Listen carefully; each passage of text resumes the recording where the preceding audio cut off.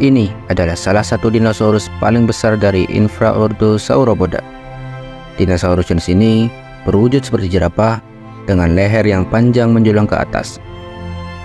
Para ilmuwan memperkirakan dinosaurus dari infraordo Sauropoda memiliki bobot hingga mencapai 50 ton.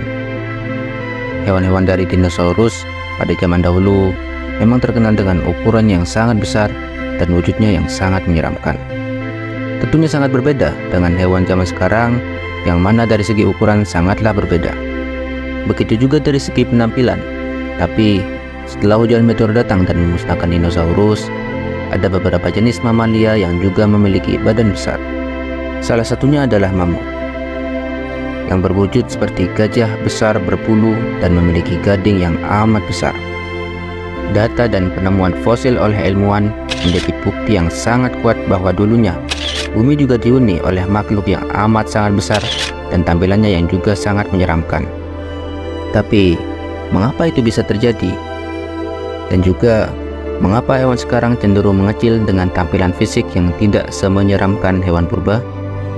Di sini, kita akan mencari tahu tentang hal tersebut bersama. Seperti yang kita tahu saat ini, berdasarkan data yang manusia ketahui tentang hewan, gajah Afrika adalah hewan darat terbesar.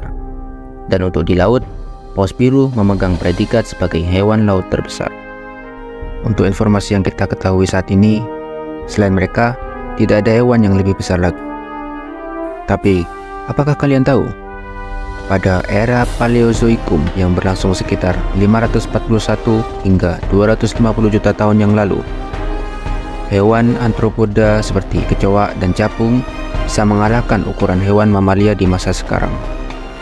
Contohnya seperti kecoa raksasa Rhoacoid dan capung raksasa yang bernama Meganeura yang ukurannya sebesar burung.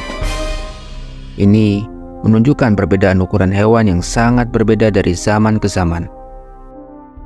Sebenarnya, pada zaman dinosaurus sendiri terdiri dari 3 periode. Di periode pertama yaitu periode Triasik, sekitar 200 juta tahun yang lalu. Di periode ini, dinosaurus belum berevolusi begitu besar dan menyeramkan. Diketahui pada zaman Triasik, ukuran dinosaurus masih hampir sama dengan hewan-hewan yang ada pada zaman kita ini.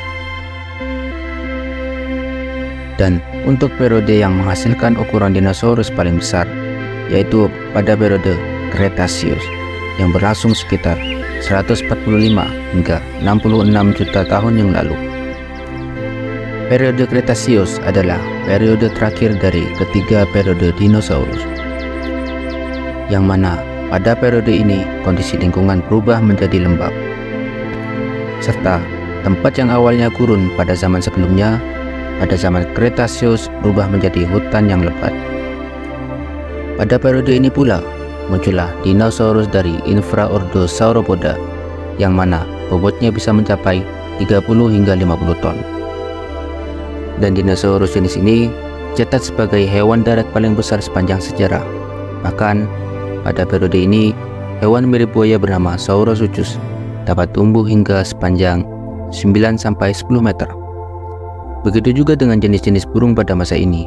Salah satunya adalah Quetzalcoatlus, ukuran terbesarnya dengan lebar sayap hingga 12 meter. Dan setelah zaman dinosaurus berakhir karena kepunahan massal, kita akan memasuki era Neozoikum yang berlangsung sekitar 65 juta tahun yang lalu hingga saat ini. Di era ini, beberapa jenis hewan telah memiliki kesamaan dengan hewan zaman sekarang. Contohnya adalah hewan sloth, yang mana di zaman kita saat ini, sloth dapat kita temui di benua Asia Tenggara. Selanjutnya juga ada gajah raksasa yang bernama Palaeolosodon namadicus.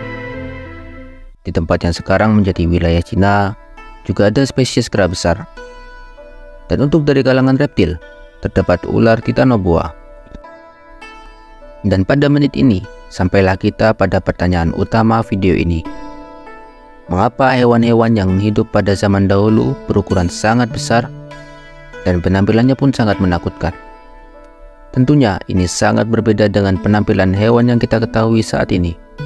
Sebenarnya, Dengan ilmu terbatas yang manusia miliki saat ini, masih sangat susah mengidentifikasi mengapa hewan purba tumbuh sangat besar.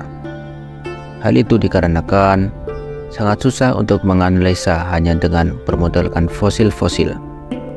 Tapi ada beberapa ilmuwan terkemuka yang berpendapat bahwa penyebab hewan-hewan di masa lalu bisa sebesar itu karena tingkat oksigen yang lebih tinggi.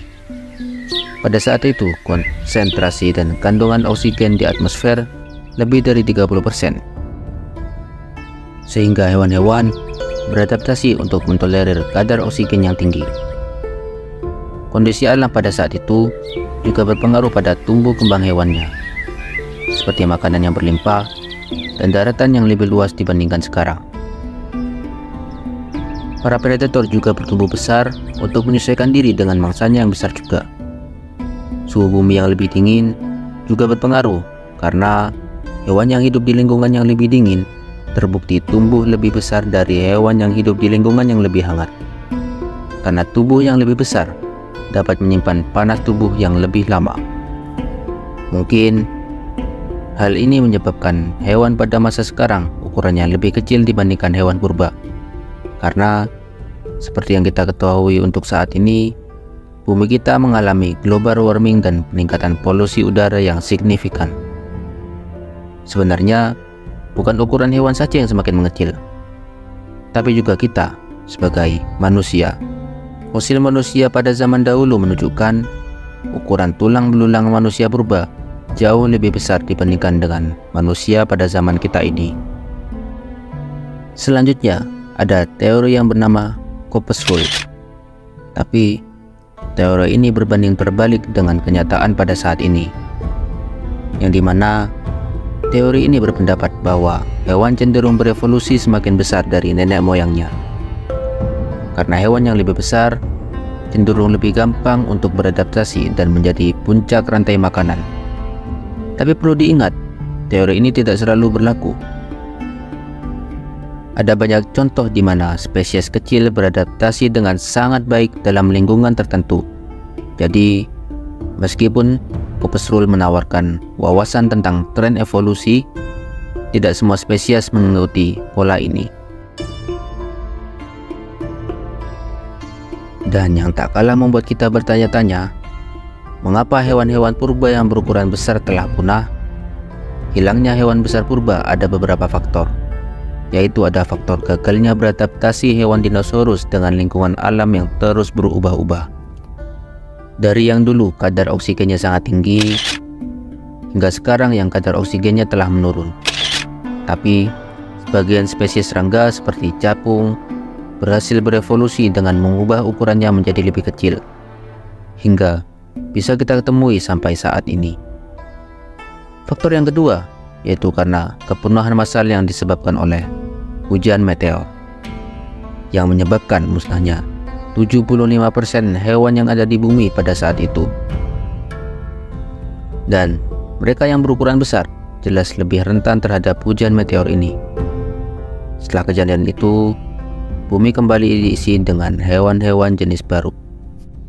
Tapi perlu saya ingatkan bahwa semua yang kami bahas di video ini mungkin bisa berubah seiring penelitian yang berlanjut, mengingat ilmu manusia juga masih sangat terbatas.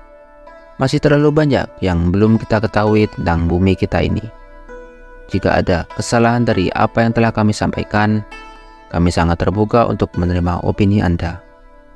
Dan jika Anda mempunyai ide untuk saya bahas mengenai alam, bumi, dan hewan, silahkan tulis ide Anda di kolom komentar. Mungkin sekian dulu video dari kami. Sampai jumpa pada pembahasan menarik selanjutnya.